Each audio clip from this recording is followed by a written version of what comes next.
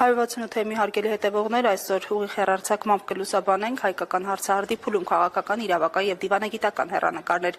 խորագրով համաժողովին մասնակցելու է նաեւ արտակարգ եւ լիազոր դեսպան Կարեն Միրզոյանը, Թուրքիայի քաղաքականությունը հարավային Կովկասի նկատմամբ թեմայով։ Պարոն Միրզոյան, հենց այս համատեքստում նաեւ վերջին իրողությունները, եթե գնահատելու լինենք,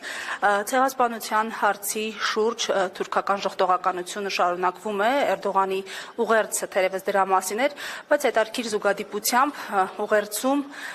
նկատեցինք նմանություններ Փաշինյանի ուղերձի հետ, պատահականություն է, միտումնավոր արված քայլ է, դիվանագիտական խողովակներով ձեռք բերված պայմանավորվածություն է, ինչի մասին էին Օսմանյան վերջին տարիների հիշատակումը երկու ուղերձներում։ Գիտեք, նախ եկեք չմոռանանք, որ Թուրքիայի այն ժամանակվա վարչապետ այնուհետ նախագահ Էրդողանը արդեն մոտ 10 տարի է մոտապես նույն բովանդակությամբ ուղերձներ է հղում ցեղասպանության օրվա կապակցությամբ, բովանդակությունը հետևյալն է, այսինքն եթե ամփոփենք, հետևյալն է, որ այդ շրջանում եղել են ծանր դեպքեր, զոհեր հավասարաբար կրել են երկու կողմերը եւ մենք ուղղակի դա արձանագրում ենք, բայց դա երբեք չի եղել ցեղասպանություն եւ այլն։ Այս ամենը հաշվի առնելով կարծում եմ հարց տալ, թե ովումից է այդ գաղափարները ընդօրինակել, անիմաստ է, պարզ է,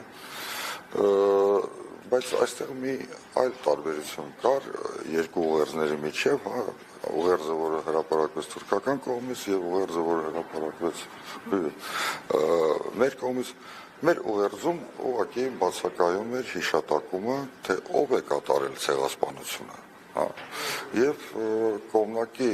դիտորդի մոտ կարող է տպավորություն ստեղծվել, որ հայերը 110 տարի առաջ իրենց ցեղասպանել են եւ հիմա պահ եկել է ճիշտ գնահատել այն,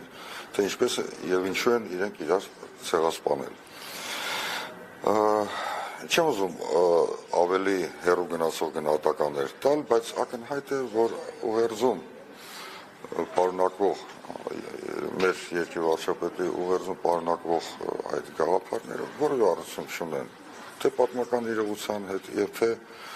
այն բազմաթիվ խնդիրների եւ մարտահրավերների հետ, որոնց այսօր մեր երկիրը առնչվում է։ Պարոն Միրզոյան, հենց այստեղ այս համատեքստում օբյեկտիվ է արդյոք Փաշինյանի կողմից նման կերպ ուղերձի հղումը, հաշվի առնելով հանգամանքը, որ իրենք պնդում են, որ այս պահին տարածաշրջանում կատարվողին հակազդելու, այսպես ասած, ռեսուրսներ չունեն եւ ստիպված են գնալ երկխոսության, խաղաղության ճանապարհով, թե սա ուղղակի արդարացման փորձ է։ Գիտեք, ես այդ դրույթը, որ մենք այսօր այնքան ծանր վիճակում ենք, որ մենք այլ ելք չունենք եւ պետք է ուղղակի